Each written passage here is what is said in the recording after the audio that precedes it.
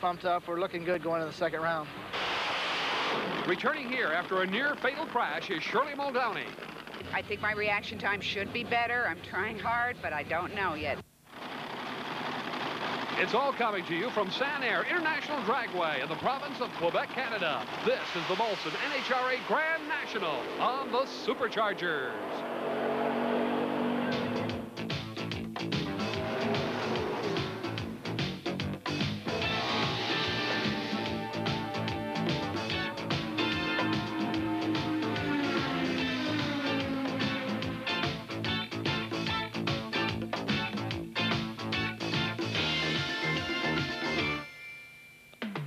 The Superchargers National Championship and Unique Motorsports.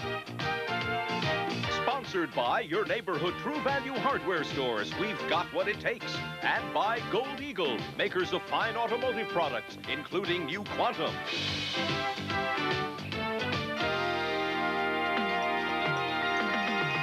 And welcome to the Superchargers. Today it's the NHRA Grand National from Sanair International Speedway. We're about 60 miles east of Montreal, Quebec, Canada, and you are about to see world-class top-field dragster competition. Hi everyone, I'm Jan Gabriel. Joining me on the broadcast today is Dan Pastorini, former quarterback for the Houston Oilers and now a top-field driver himself. You won a national earlier this year. We were very fortunate, Jan. We won the Southern Nationals. It was our first national event win, and we were very proud of it. Here at Sanair, we are in a rain delay, but that is not the story. Darrell Gwynn. Darrell Gwynn, in his second year, won his first national earlier this year. He is the top qualifier. He is not the story. That's true. Darrell won the Winter Nationals this year. He had 4 consecutive 540 runs in that competition. I don't think that's ever been done before. Since then, he's had his problems, but they seem to have him straightened out very nicely here. Dick LaHaye is also here. He's the second fast qualifier. Again, he's not the story. No, he's not. Don Garlitz, third fast qualifier, and he has run very fast here. He is not the story. I think our fourth qualifier has the story. She's definitely the sentimental favorite here. Yesterday during qualifying, Shirley was greeted with a nice standing ovation, and she's definitely the story. There's no question about it. Shirley Muldowney came here 2 years ago, crashed badly in the left lane. She was on the men for 2 years. She is back here now, and indeed, the sentimental favorite. With her now, and joining us on the broadcast, is Steve Evans. Quite a homecoming to the province of Quebec. They love you here. We're flattered. We really are. The reception yesterday when we went up for the first qualifying attempt was... They stood en masse. Yeah, they really did. We had to stop, think about the job we were doing. Is it difficult a little bit, though? Do you go through that accident again as you go down this very racetrack? I tried not to think about it, Steve, and we just looked at a tape, the first tape we've ever seen of the actual, the actual footage, what the car did, and we learned a lot.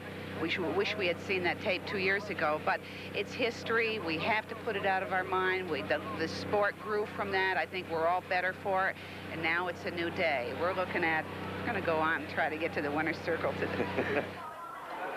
Shirley Muldowney has indeed had a very warm reception here in the French-speaking province of Quebec. We're here at Sanair International Drag Strip in St. Pete, Canada for the Molson Grand National. And the rains have subsided from what was really a torrential downpour of about an hour ago. And Dan Pastorini, right now, let's take a look at our 8 quarterfinalists. Well, Jan, I've raced against all of them, and I'll tell you, this is a very strong field of the best in the world. And right now, we're going to begin with the reigning world champion, Don Garlitz.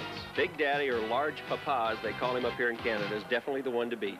Garlitz will take on the likes of Gene Snow. Gene has 8, and he's looking for number 9. He's always a tough competitor.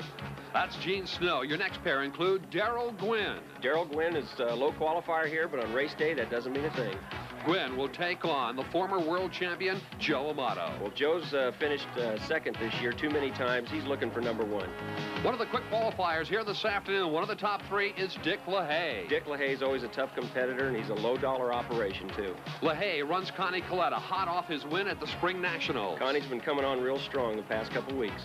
The final pair includes Hank Andres. Hank is with Carrie's Diesel, and their car has really been picking up quite well this last couple weeks. And he will take on the return of Shirley Muldowney. Well, she's the sentimental favorite here, and you can't help but like Shirley. So there you have it, the 8 in the quarterfinals. So as we go to the line, it's Don Garlitz, and he finds himself in lane number 1. In these quarterfinals, Garlitz looks strong. Don's running a new engine, Jan, but he seems to have a handle on it. And he's also just fractions off of Darrell Gwynn's ET. Yeah, I think he's a 43 with a 2. I'm a 43 with a 6. That'd win or lose a race, though. That's close enough, you know. Don Garlits with a smile on his face. Well, he's got a lot to be happy for. He ran real well that first round. Here's Gene Snow now, tough Texan, 48 years of age. He can get the job done here today. Gene can definitely get the job done. We had him in the finals at Commerce, Georgia, and he's a very competitive racer. Earlier, he told us he had some problems yesterday. The car was hurt just a tiny bit. I think it's going to be able to run quicker and feel real good about today.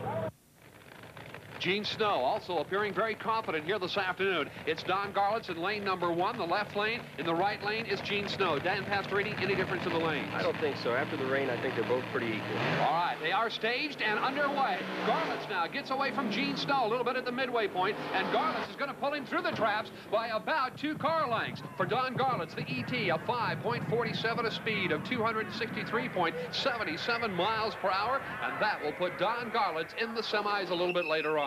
That was a good race. Gene had him a little bit out of the hole, but Don drove by him on the big end and won the race. Readying themselves on the line now is Darrell Gwynn, the 24-year-old sensation, along with Joe Amato, the former world champion. Right now, let's go to Steve Evans. Well, for Don Garlits, it's a stunning second-round victory over Gene Snow, a 5:47, Don.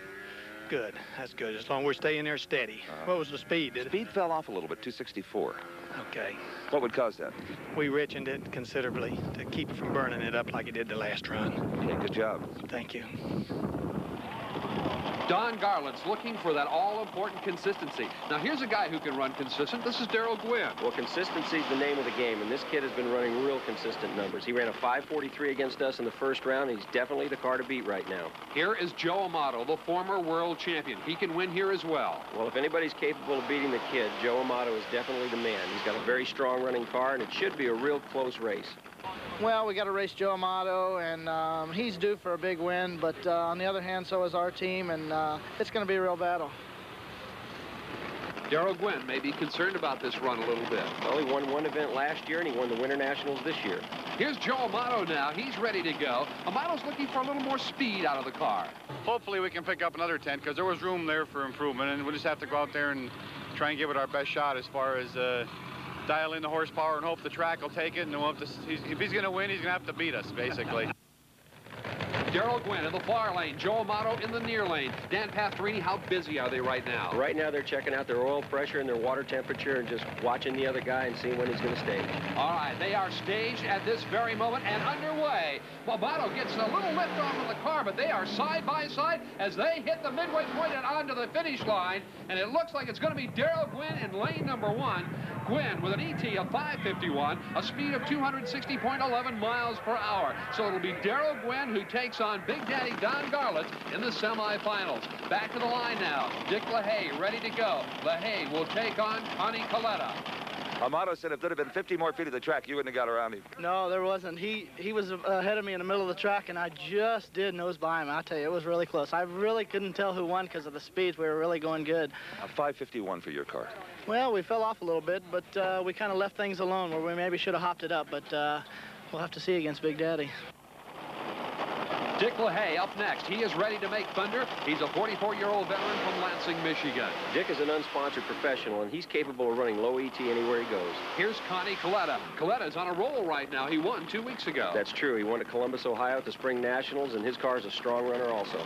Dick LaHaye has notched 2 career nationals to his credit. We asked him earlier what he thought of Connie Coletta. And he's a plenty tough customer. We're just going to give it our best shot. We're going to tune it up a little bit. We ran pretty well that first round, and we think we can run better yet. Dick LaHaye will face a very strong Connie Coletta. Coletta, another Michigander, has just earned his 7th career triumph in the Spring Nationals. Connie Coletta is more concerned about the start here. He knows it's important. I think a lot of it depends on it, the way the clutch is set up on the thing. We're trying to doctor this thing here a little bit. We're getting in some tire shake, and if I could eliminate it, I'm scared of the tire shake because the level shake the tires loose, and then the race is all over. 2 very strong competitors ready to have at it. Quick question, Dan Pastorini. It rained earlier. Does it hurt the racetrack? Sometimes it can, Jan. It'll wash the residue away and lose traction. Other times it can improve traction. We'll have to wait and see. Dick LaHaye in the far lane. Connie Coletta closest to you now. Both staged and ready to go. Let's watch them on the line. Coletta gets off, and it's Dick LaHaye now who is putting the pressure on at the midway point. It's LaHaye going away at the finish line. Dick LaHaye wins it with an ET of 5.43, and that's a a quick one, and a speed of 257.58 miles per hour. Well, a 5:43 with a 1, Jan. Obviously, the track conditions out there were better. Dick LaHaye, as I said earlier, is capable of running low ETs. He now has the low ET of the meet. As Hank Andres and Shirley Muldowney get ready, let's go to Steve Evans. Congratulations. That's about as quick as you've ever run, isn't it? No, I run 40 flat at Pomona for low ET there, which is actually the second quickest run in the history of the sport. And we've been trying to sort this new car out, and it's finally starting to come around. Boy, I'll say, any worries down track at all in that race? No, it was just nice and smooth, and I knew it run good, but I wasn't sure how good. For a guy who races for the money to live on, really, this is an important win for you. Oh, it most certainly is. We need to win this race. The crowd certainly giving a nice ovation here to Shirley Muldowney as she is ready to go here in the semifinals. I'll tell you, everybody in the stands wants to see Shirley do real well here. They're all pulling for her. Now she's taking on Hank Andres. A lot of folks don't know a lot about Hank. Hank drives for John Kerry's Diesel. They have a car that's been running pretty consistent numbers this year. All right, Shirley Muldowney fired up, ready to go. We asked her earlier if everything was back to normal. Yeah, we feel good. The car's reacting the way we want it to. We're still cleaning up the system. I think my reaction time should be better. I'm trying hard, but I don't know yet.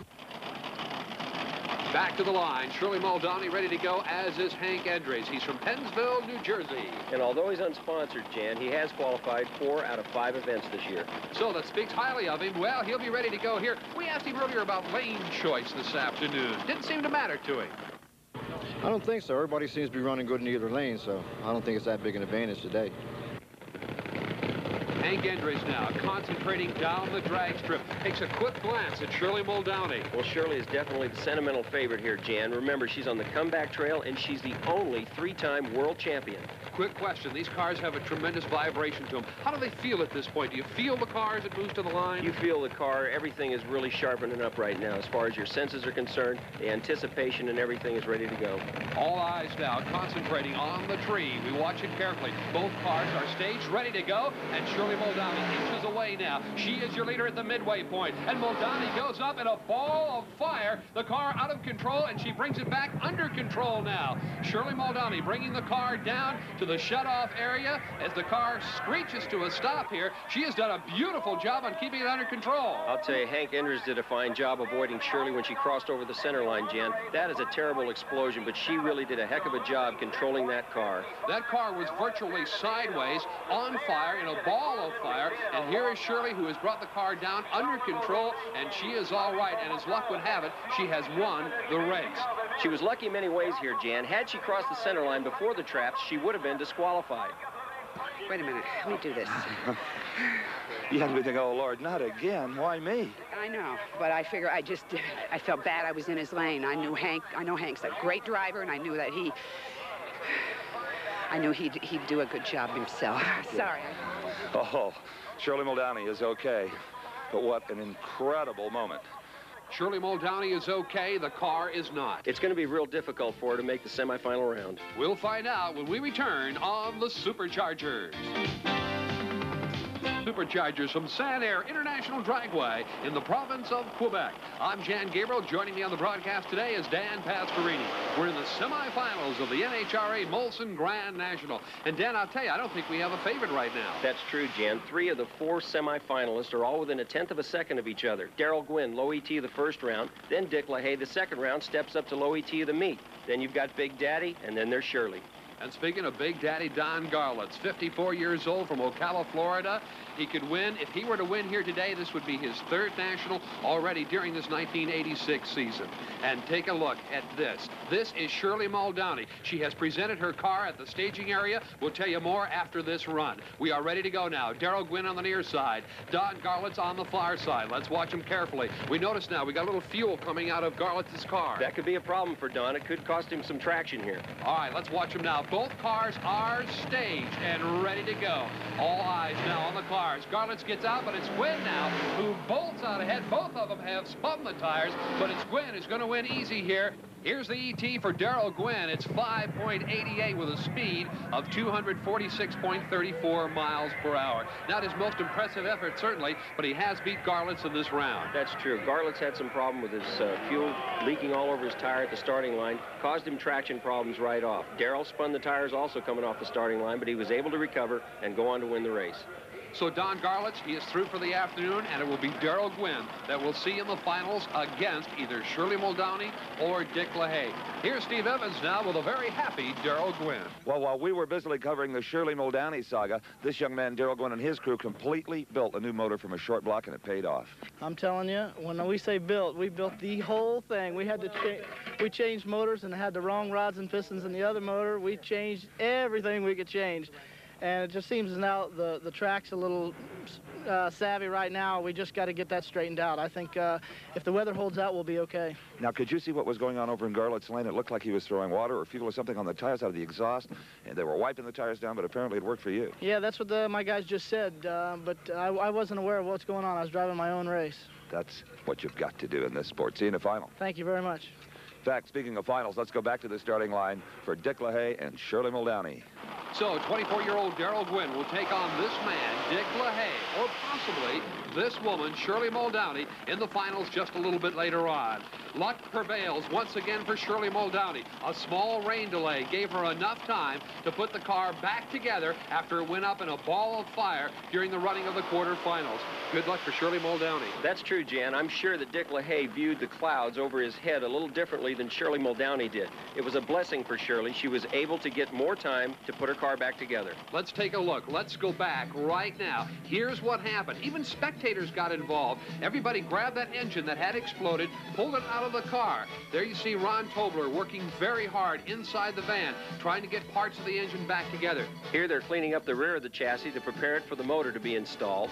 Sid Waterman here putting the final touches onto the fuel system, getting the motor ready. So there was quite a group of folks who just sort of pitched in and helped out. It certainly was. It was a fan effort, a team effort. Everyone wanted to see Shirley come back and run the semifinal round. You just saw the spectators putting the engine back in the car. You see the engine firing now, just to make sure that everything is all right. That's true. They have to make sure that there are no leaks, no oil leaks, no water leaks. Get ready for the race. The fans loved it, and Steve Evans was right there. Not a sweeter sound in the world to a person like yourself, some 3,000 horsepower. How about this crowd, huh? They're wonderful, but they're even better, Oh, boy. Steve. They're like magicians. And a lot of guys pitched in from Connie Coletta's crew and Sid Waterman. Everybody was here. Everybody came over and helped us. We really needed it, too. I did not think this was going to happen.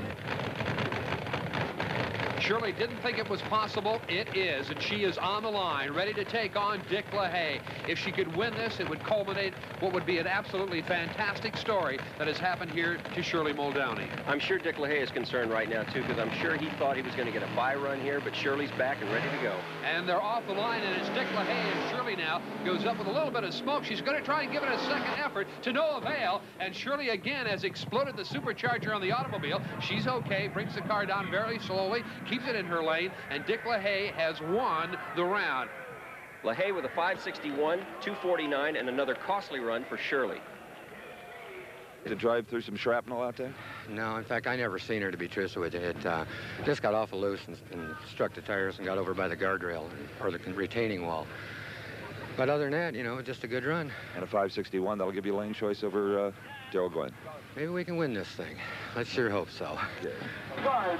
Shapes up to be a great final here this afternoon between Dick LaHaye and Darrell Gwynn. 45,000 spectators on hand. And right now, let's go back to Steve Evans with Shirley Muldowney. Well, Shirley, there's not much that I can say that would console you looking at all of that kind of damage. But on behalf of the fans and all of our viewers, thanks so much for the effort you and your team put into today. Thank you, Steve. We tried. And I'm sure that Shirley has found great fans here at San Air Dragway. Right now, let's go for a little tour with Steve Evans. First thing you'll notice when driving in Quebec, the road signs are all in French. So you've got to get your suds and your us and your s and your nords all figured out. Now, I can tell you that S-E-S-T, that's east. You're on your own for the rest of them. But even if you get lost trying to find the village of St. P, I don't think you'll mind. The countryside is so beautiful. The one thing, though, don't worry about eating, because every restaurant I visited knew exactly what I wanted. After all, Big Mac is part of the international language. But once you get to San Air, believe it or not, you'll find some healthy food. And there you're looking exactly at what Steve Evans was talking about, one of those fruit stands here. You don't see those back home, that's for sure. All right, we are ready to go racing. The finals are on the line. It is Darrell Gwynn out of Miami, Florida, taking on Dick LaHaye from Lansing, Michigan. It's going to be a close race, Jan. Both ETs have fallen off somewhat. The track conditions have changed. It'll be close. Dick LaHaye has chosen lane number 1. He is ready to go. Gwynn in lane number 2, I'm sure, has hopped up the car. We'll see what happens now as both cars are staged and ready to go. This is the final. LaHaye seems to have gotten out just a little bit quicker, but here comes Gwynn. Gwynn on the high side is going to win the race, but just by fractions. So Darrell Gwynn with an ET of 5.55 and a speed of 251.81 miles per hour has won the Molson Grand National here in Quebec, Canada, and he is a happy young man. We'll be right back. The Molson Grand National is now history, and here's its winner, Darrell Gwynn. Did you know you won? Yeah, it looked like we won. It must have been 2 feet, I swear. Excellent job, you and your whole family. Thank you very much. And certainly we want to add our congratulations to the young Darrell Gwynn. He's been consistent all year, and consistency paid off for him here today, that's for sure. I'm Jan Gabriel. We're coming to you from Canada. Along with Steve Evans and Dan Pastorini, we want to thank you for joining us, and we'll see you next time on the Superchargers.